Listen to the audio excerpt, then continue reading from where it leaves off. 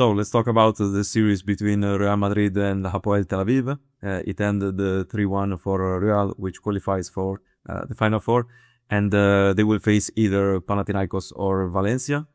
It was more like a balanced series, more than what the box score tells us. But in each game there was maybe a single or two runs that eventually decided the games. So it was a series of details, and Sergio Scariolo emerged as the, I think, better coach rather than Itoudis, that in some particular aspects that we will analyze later haven't really done his usual great job. So I don't know if you have any general consideration about this series. One of the main aspects that was taken into consideration before the series started was the absence of Tavares.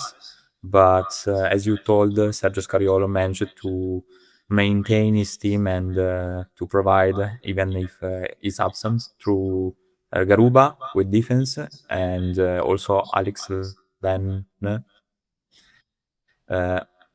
and with no expectations from him, he provided some good games. So this was, I think, the main aspect of the series, also because Dano Turo was one of the outbreakers this year through the regular season, and in crucial moments of the series, the players from Real Madrid, there were too many of them, like Campazzo firstly, and then also Gabriel Deck, which was not really good through the season, and many others. They outplayed the players of the Hapoel. As you told before, the gap between the two teams were shorter than the results that were the finals one. But Hapoel was a little bit shorter in the rotations, also because of the injuries occurred to Malcolm and also to Black and I for the game 4. So this is my opinion, and Real Madrid is going to show if it's going to pursue their path to the finals. Yeah, you mentioned the two important things. One of them was the battle between the centers, even though Tavares was absent in the series. I particularly focused on the Garuba-Uturu matchup, which was pretty unbalanced, especially in game 1, where Oturu dominated and Garuba played an underwhelming game. But as the series went on, Garuba, especially in game 2 and game 4, played some great games, and he kept his ground against Oturu, that is not certainly a bad center at all, and he proved it in this series. But on the other end, I didn't particularly like what I saw from his backup, who was Odiase, and I didn't like the fact that offensively he wasn't involved, but you can't basically involve Odiase in your offense. Defensively, he was he was attacked a lot on pick and rolls. He was slow, often disoriented, and I also didn't like the fact that Jonathan Motley has been poorly utilized in this series. He was utilized at the 4th spot in game 1, which was, I think, absurd, especially because he had to go through a lot of screen to guard the trail eyes, and he obviously couldn't do that. And I think that when Motley played at the 5 spot, he also made a decent work in switching against the Real Madrid's guards. So, in my opinion, Odiase should have played a lot less, and Motley should have played a lot more, and a lot more in his actual role. As you were talking about Jonathan Motley, I searched how many minutes he played in these games.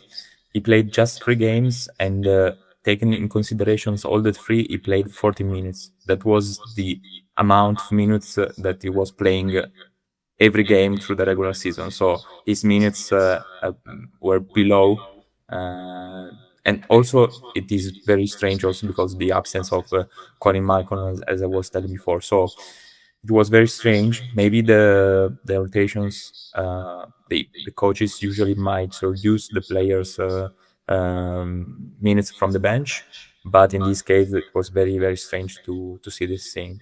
And I don't know how to say, but Real Madrid, there were too many of the players. Also Trey Lyles, I didn't mention before, but there were too many armies to be slowed, and they just reached in game 3 also with the help of Kessler Edwards, and also taking in consideration the rebounding battle. Hapoel Tel Aviv just won the rebounding battle in game 3, and that was the game that they won.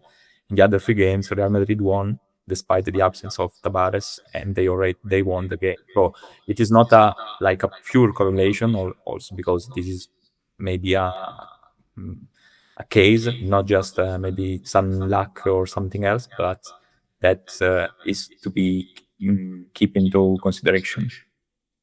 Yeah, you mentioned some interesting points. Itoudis at some point of the games utilized some zone coverages. So the fact that Real Madrid grabbed a lot of offensive rebounds is also due to his coverage.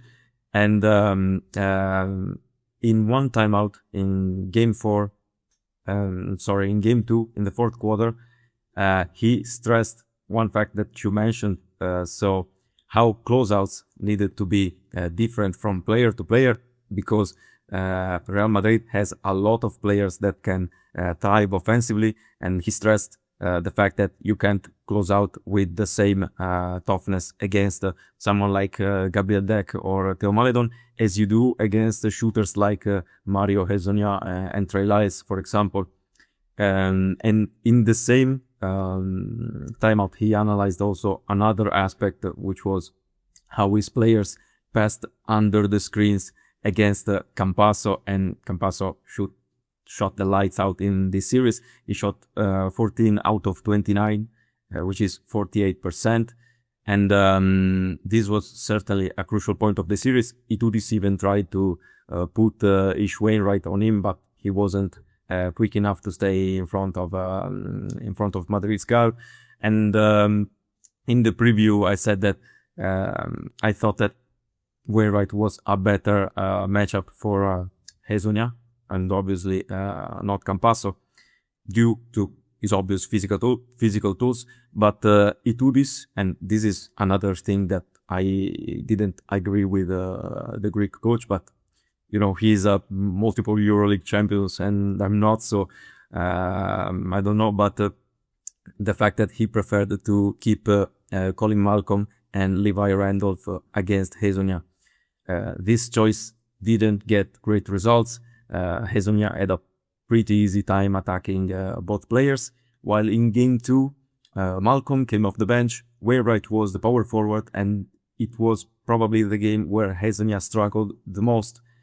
Then in game 3 and 4, without Colin Malcolm, Levi Randolph started and Hezonja was back at doing his job. So I think that Wainwright, still today, I think that Wainwright would have been probably a better matchup for Hezonja. But also Kessler Edwards, as you mentioned, did a tremendous job on defense, and he couldn't play much because he has a limited offensive role and limited offensive capabilities. But the way he worked defensively was outstanding, even against Hezonja.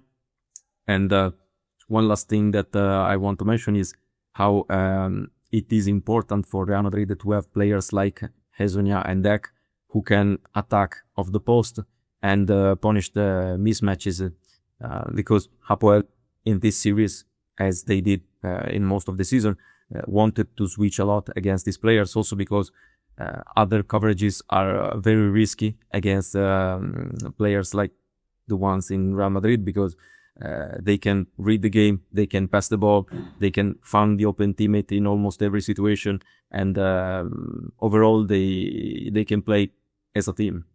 Yes, we didn't mention also some other things that curious things happened through the series. Also the Hapoel Tel Aviv president and everything that's around him, and the tweets and mockings in a certain way, the Eddie Tavares and everything. But I do think that in some ways these kind of president, such as also the Panathinaikos one, are really, I can say, entertaining is not the correct answer, but just to keep an eye on, because they are always open to do something strange.